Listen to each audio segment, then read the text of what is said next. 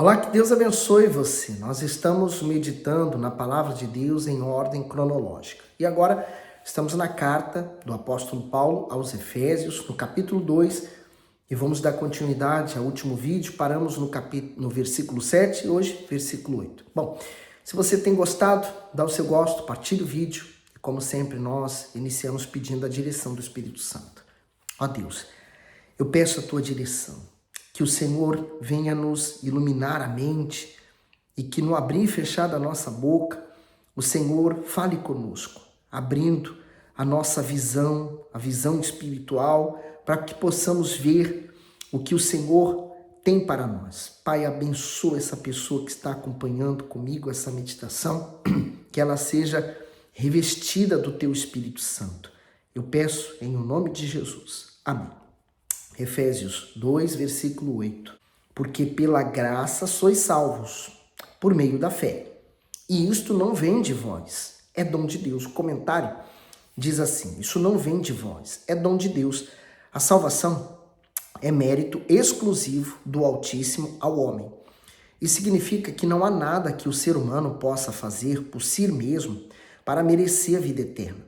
Somente a fé é capaz de fazê-lo alcançar este tesouro, a fé, este poder extraordinário que opera em nós por meio do Espírito Santo, é que nos faz tocar as mãos de Deus e tomar posse da sua maior dádiva, o céu.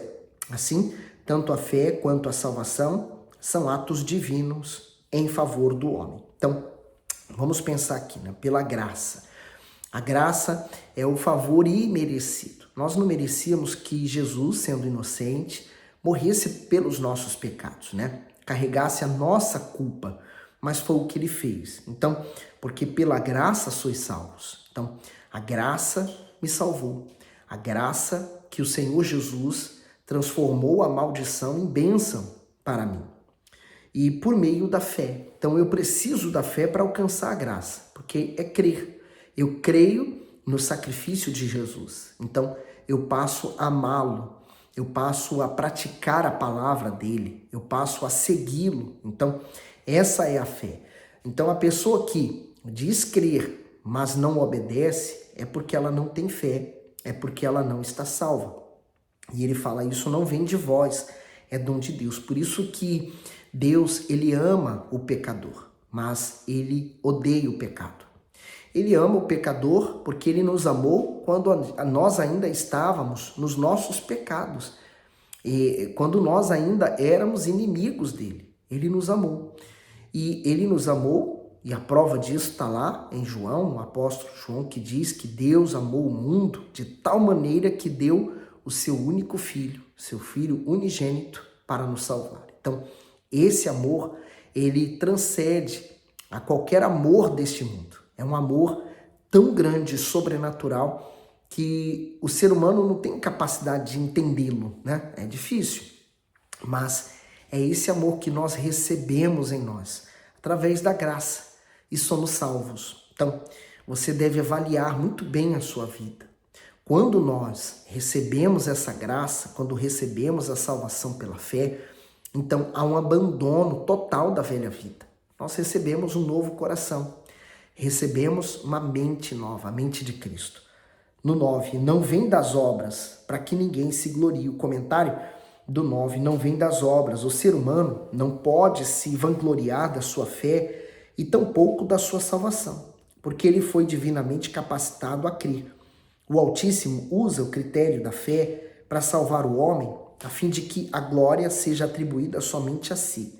Vale lembrar que embora nenhum homem consiga conquistar a vida eterna por suas obras, pois ela só é alcançada pela fé, aquele que é salvo impreterivelmente produz boas obras. Afinal, a graça divina não permite uma vida licenciosa. Portanto, aqueles que de fato vivem pela fé andam na disciplina do reino de Deus. Por isso, o Senhor Jesus falou sobre a renúncia e o sacrifício de negar a si mesmo, tomar a sua cruz e segui-lo. E aqui está a chave, né? Não é pelas minhas obras. É claro que eu vou apresentar obras com a minha fé, mas não são elas, né? As minhas atitudes que vão me dar o direito a ser salvo. Não, é a graça. Então, eu não falo, não, eu era um pecador, agora eu já não sou mais. Senão vamos nos tornar como os hipócritas religiosos da época do Senhor Jesus, né? Eles tinham uma falsa, né, sensação de que eram super religiosos, super de Deus, e no final das contas, dentro deles, eles eram lobos, né, vestidos de ovelha. 10.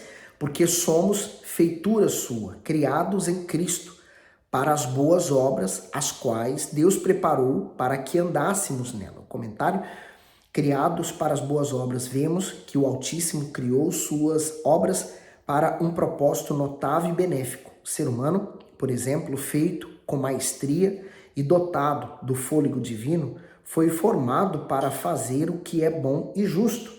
Porém, somente aqueles que se tornam novas criaturas cumprem esse propósito, pois apenas quem é regenerado e salvo ama a justiça e a santidade. Diante disso, podem glorificar a Deus e beneficiar seu semelhante com suas virtudes. Portanto, ele nos formou para sermos a sua imagem, a imagem de Deus, como desde o princípio deveria ser, né? E ele fala para que as boas obras, as quais Deus preparou, para que andássemos nela. Então, todos aqueles que seguem Jesus vão andar nessas boas obras.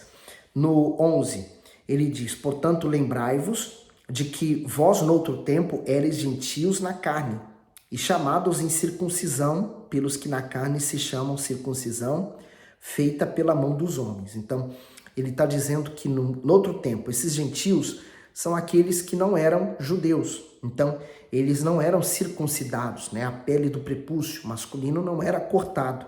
Então, nós fomos chamados na incircuncisão. Nós fomos chamados pecadores.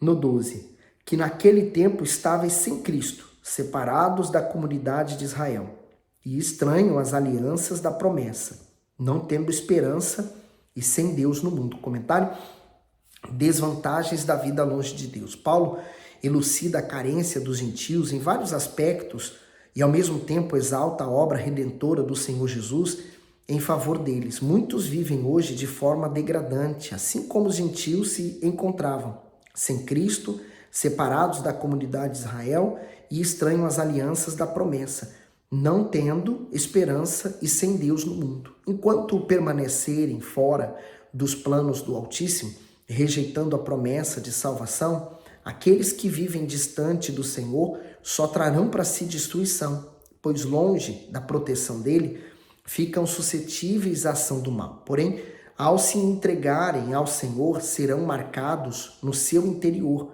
e não mais na carne, como acontecia no passado, e assim serão transformados em filhos de Deus.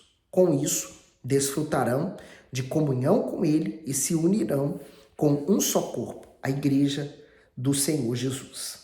Eu me vejo dessa forma. Um dia eu já estive nessa condição, né? Eu estava sem Cristo, separado da comunidade ou do corpo de Deus e estranho a aliança da promessa, tendo uma promessa, mas estando distante dela. Quando nós nos entregamos ao Senhor Jesus, nós passamos a estar perto da promessa. No 13, mas agora, em Cristo Jesus, vós que antes estáveis longe, já pelo sangue de Cristo chegaste perto. Comentário: antes estáveis longe. Uma vez ao ano, o sumo sacerdote ia até o propiciatório, carregando o sangue de um animal que representava todo Israel. Esse sacrifício aproximava a nação do Altíssimo e trazia a sua aprovação. Mas agora, o sangue do Senhor Jesus, além de permitir que todos se aproximem de Deus, se tornou o único elemento capaz de fazer a expiação de pecados. Seu benefício ultrapassou as fronteiras dos descendentes naturais de Abraão, os judeus, e alcançou os gentios, povo considerado pagão e distante das promessas divinas. Dessa forma, indistintamente, qualquer pessoa, por causa do sangue do Salvador, pode ter acesso ao Senhor e se reconciliar com ele. Portanto, cabe ao ser humano escolher se quer viver longe ou perto, agradando ou desagradando a Deus. Como disse, né? Agora, através do Senhor Jesus, nós nos aproximamos da bênção, mas isso através do sangue, quer dizer, através da graça. No 14, porque ele é a nossa paz, o qual de ambos os povos fez um, e derrubando a parede de separação que estava no meio. O comentário do 14, a parede de separação. Na maioria das vezes, os acordos de paz entre as nações fracassam, mesmo sendo firmados e assinados com a presença de testemunhas. Porém, a paz estabelecida pelo Filho de Deus quando veio ao mundo não pôde ser revogada. Seu sacrifício uniria dois povos separados por grandes diferenças. O judeu, que se considerava distante do gentio pela lei cerimonial, já o gentio desprezava o judeu devido ao orgulho deste. Estudiosos da Bíblia relatam vários comportamentos que mostravam a arrogância de muitos judeus. Estes afirmavam, por exemplo, que Deus havia criado os gentios para servir de combustível para o fogo eterno. Registros históricos também dão conta de que havia uma parede de pedras que cercava o templo para formar uma divisão. Essa parede continha placas que proibiam o acesso de qualquer gentio. Caso ele entrasse, pagaria com a própria vida. O próprio apóstolo sofreu essa hostilidade entre os judeus. Porém, o Senhor Jesus derrubou a parede da separação e se tornou a paz que une todos os que creem nele. E por incrível que pareça, hoje, o local onde era o templo de Salomão, hoje é um lugar fechado pelos muçulmanos, né? E é o Domo da Rocha. E nenhum judeu pode pisar lá, né? E se ele pisar, ele vai ter um grave e sério problema. Então, a coisa se reverteu. Agora, voltando aqui, ele diz, porque ele é a nossa paz, o qual uniu os povos, né? Tanto Israel como nós que não somos da nação de Israel. E derrubou o muro de separação, quer dizer, assim como havia o véu que separava, né, o santo lugar do Santo dos Santos, onde ficava a Arca da Aliança, a presença de Deus, esse muro que separava, né, as nações foi derrubado. Portanto, qualquer pessoa que se voltar para Jesus vai ter acesso ao Deus Todo-Poderoso, ao Deus de Abraão, de Isaac e de Jacó. Perfeito, magnífico, significa dizer que qualquer pessoa hoje que invoca o nome do Senhor Jesus, com sinceridade e fé, ele passa a ser herdeiro das promessas de Deus. Maravilha, não é? 15. Na sua carne desfez a inimizade, isto é, a lei dos mandamentos que consistia em ordenanças para criar em si mesmo dos dois um novo homem fazendo a paz. Sabe a questão aqui? É que a lei que Deus deu, o ser humano poderia ser salvo por ela se obedecesse toda a lei. Mas não houve um ser humano capaz, exceto Jesus, que foi perfeito e cumpriu toda a lei, mas nenhum outro cumpriu a lei. Então, nós não somos capazes de fazer. Então, não é pelas obras, não é pelo cumprimento da lei que eu vou ser salvo, mas é pela graça, por Jesus. Então, eu sou imperfeito. Então, ele está dizendo que Deus desfez, através de Jesus, a inimizade que havia com Deus. Então, hoje, se eu fui lavado pelo sangue de Jesus, quando Deus olha para mim, ele vê o Senhor Jesus, ele vê o sangue do Filho. Então, é diferente, né? Aqui ele fala, né? Isto é, a lei dos mandamentos que consistia em ordenanças. Por isso que há pessoas que normalmente ela fala, eu quero ser batizada com o Espírito Santo. O que eu tenho que fazer? Não é o que você tem que fazer, mas você tem que pegar essa vida e entregar para Jesus, né? A única coisa que podemos fazer é crer, confiar. E crer não exige você sentir nada, né? Você está sentindo prazer ou alegria ou tristeza, nada disso. Você não precisa sentir, você só precisa crer. Quando nós lemos isso, se você crer, nesse exato momento, você alcança a salvação. No 16, e pela cruz reconciliar ambos com Deus em um corpo, matando com ela as inimizades. Então, não é a placa religiosa, mas o corpo de Cristo. Formamos uma igreja espiritual. Então, a cruz reconciliou a nós com Deus. Isso aqui é a coisa mais importante do cristianismo. No 17, e vindo, ele evangelizou a paz. E vós que estáveis longe, ao que estavam perto. Quer dizer, evangelizou quer dizer, as boas notícias. Então, vindo ele, deu boas notícias da paz. E essa paz o mundo procura, né? O mundo quer paz, paz entre os países, entre os continentes, entre as pessoas, mas é uma paz vã, é uma paz, falsa paz. A verdadeira paz é quando você alcança ela dentro de você. Você pode mudar o seu mundo. E quando isso acontece, você tem paz com Deus. 18. Porque por ele ambos temos acesso ao Pai em um mesmo Espírito. Então, o acesso ao Pai é dado no Espírito. O Espírito Santo em nós é a ligação que nós temos com o Pai. 19. Assim que já não sois estrangeiros, nem forasteiros, mas concidadãos dos santos e da família de Deus. Comentário do 19. De estrangeiros a filhos, Paulo afirma que por causa do sacrifício do Messias, Deus reverteu a situação de desvantagem dos gentios em relação a ele. Isto é, eles passaram da condição de forasteiros e alheios às promessas para a condição de privilegiados, por fazerem parte da família de Deus. Isso significa que, ainda que muitas pessoas estejam vivendo na prostituição, no adultério, no crime, na mentira ou no vício, se possuírem dentro de si um grande desejo de mudança, Deus de alguma forma lhes revelará o Senhor Jesus. Com isso, ao aceitarem a sua ajuda redentora, terão seus pecados perdoados, seu passado será superado e então uma nova história será escrita dentro dos parâmetros divinos.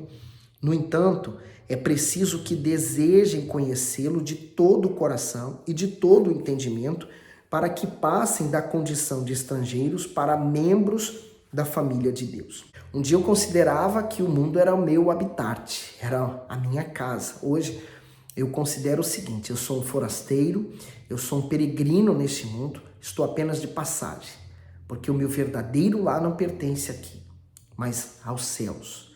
E é para lá que eu quero ir e quero levar você. Vamos juntos, né? Estou lutando para isso. Por isso, já não somos estrangeiros se somos salvos, né? Agora somos cidadãos e santos da família de Deus. Para você se tornar cidadão de uma nação, você tem que se filiar àquele lugar, né? Assumir aquelas leis, assumir a linguagem. Por exemplo, se eu quero ser um cidadão dos Estados Unidos, eu tenho que minimamente falar o inglês, né? Eu não tenho como querer ser um cidadão daquela nação sem falar a língua dele, saber a cultura, saber minimamente o que se passa no país. Então, a mesma coisa. Se eu quero ser cidadão do reino dos céus, eu tenho que estar ligado a ele. No 20. Edificados sobre o fundamento dos apóstolos e dos profetas, de que Jesus Cristo é a principal pedra da esquina. Então, vamos lá. Que fundamento é esse que começou com os apóstolos? Que Jesus Cristo é a rocha, que eu tenho que estar firme. No 21, no qual todo o edifício, bem ajustado, cresce para templo santo no Senhor. Então, se eu estou edificado na rocha, eu também vou crescer com Deus, né? A minha fé cresce, desenvolve, a minha fé, ela amadurece. No 22, no qual também vós, juntamente, sois edificados para a morada de Deus em espírito, no Espírito Santo. Comentário do 21, 22, para a morada de Deus. A igreja é retratada como o templo, que cresce continuamente com os que são regenerados e salvos. A vitalidade e movimento, por isso os trabalhos não param e só terminarão na volta do Senhor Jesus. Cada pessoa que atende à voz da fé se torna uma pedra viva que adere à construção divina. Bem ajustado significa que, mesmo que os materiais dessa construção, isto é, as pessoas sejam bem diferentes uma das outras, devem se encaixar perfeitamente no edifício espiritual. Afinal, esta é uma obra nobre, pois serve de habitação para o Espírito de Deus. Assim, os ornamentos desta casa não podem ser produzidos por mãos humanas, mas somente por meio da santidade, da justiça e do temor. E aqui nós temos um ensinamento tão lindo, né? Quer dizer, se nós somos essa pedra que somos adicionada à construção desse templo, nós temos que ser talhados, quer dizer, preparados, né? Deus vai talhando as arestas, Deus vai tirando as dúvidas, os conflitos, a religiosidade, as velhas crenças, velhos hábitos, velhos costumes, e Ele vai nos moldar para sermos aquilo que Ele quer que sejamos, né? O plano dele. E aí vamos encaixar perfeitamente nessa construção. O problema é que muitas pessoas não aceitam, né? Por exemplo, a pessoa que trabalha em pedra, ela vai talhar a pedra. Então ela não quer cortar a pedra, ela não quer rachar a pedra, ela quer cortar e tirar aquelas arestas. Mas por vezes a pedra ela racha, né? Ela se parte, então ela fica defeituosa, porque ela resistiu àquele entalhe. A mesma coisa acontece com os cristãos que não se submetem à palavra de Deus. Então, por mais que o Espírito Santo esteja ali batendo, ela vai rachando, ela vai se deteriorando, quer dizer, vai piorando a situação dela. Então, se eu sou uma pedra maleável, eu me deixo moldar, Deus vai me moldar para que eu possa me tornar tão lindo quanto o templo. Olha, seja o templo do Espírito Santo. Busque-o e ele se deixará achar por ti, tá bom? Vamos continuar a leitura de Efésios. Que Deus abençoe e fique bem.